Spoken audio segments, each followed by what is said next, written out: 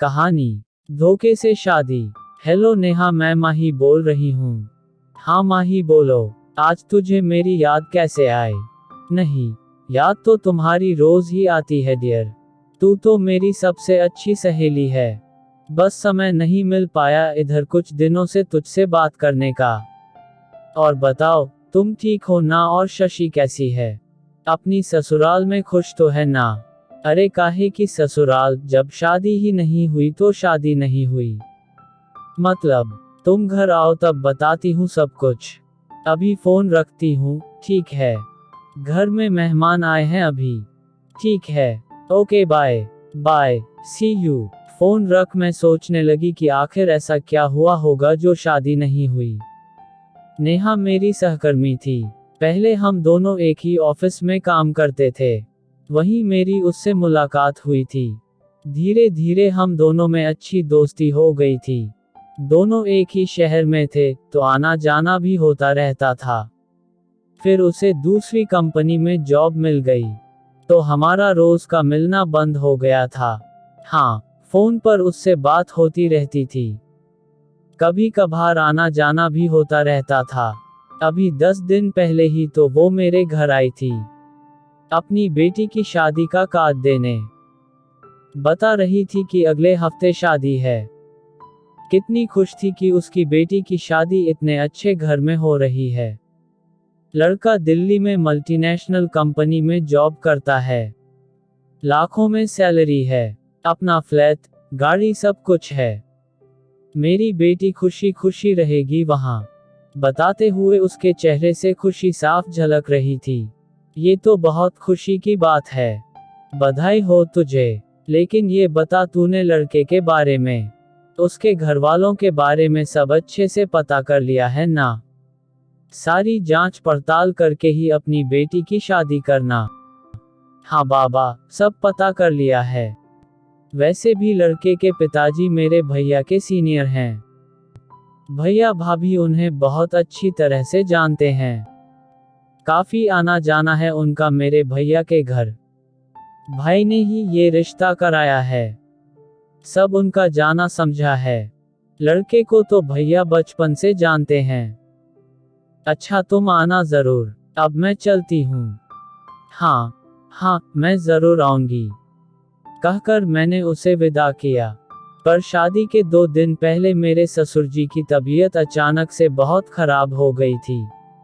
उन्हें अस्पताल में भर्ती करना पड़ा, तो इसलिए शादी वाले दिन मैं शाम में ही उसके घर गई थी और शगुन और आशीर्वाद देकर जल्दी ही लौट आई थी।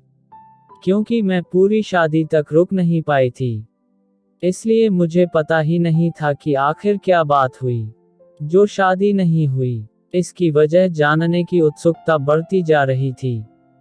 अतः दूसरे दिन संडे को ही मैं उसके घर पहुंच गई थी।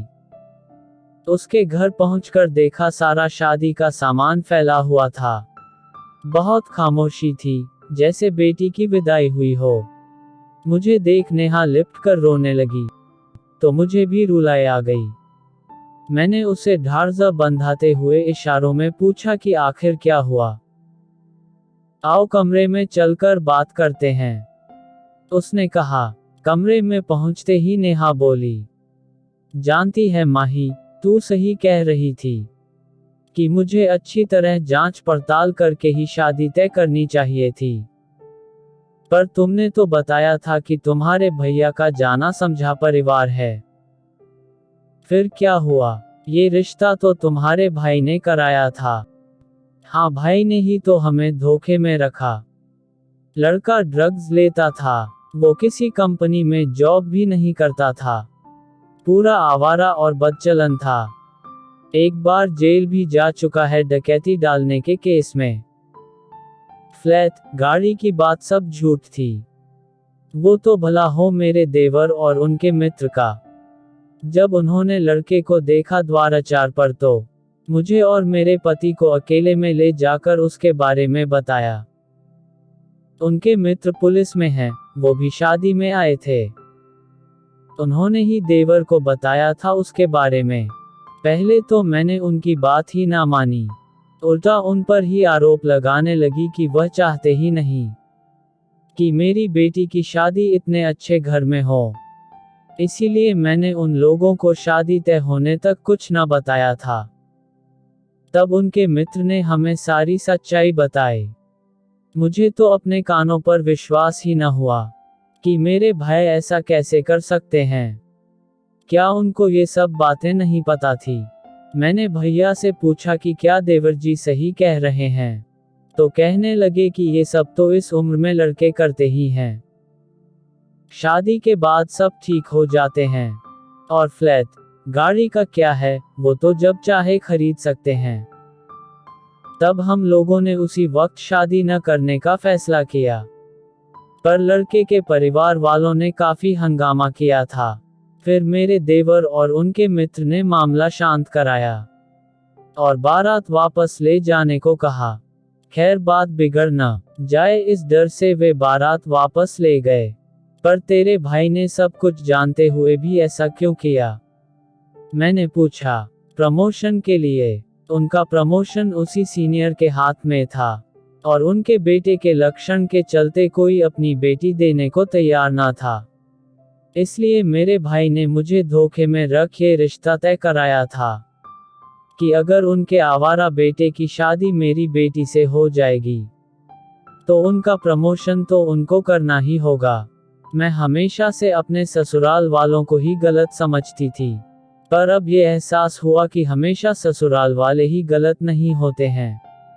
अगर उस समय मेरे देवर ने सच्चाई न बताई होती और शादी के समय हुआ बवाल न सुलझाते तो क्या होता? आज उनकी वजह से मेरी बेटी की जिंदगी बर्बाद होने से बच गई। उसकी बात सुनकर मैं सोच रही थी कि क्या सगा भाई ऐसा भी कर सकता है? इतना बड़ा धोखा, वो भी अपनी बहन के साथ, कि उसकी बेटी की जिंदगी ही बर्बाद हो जाए। दोस्तों, आज की कहानी में बस इतना ही। कल फिर मिलते हैं एक नई कहानी के साथ। कहानी सुनने के लिए धन्यवाद।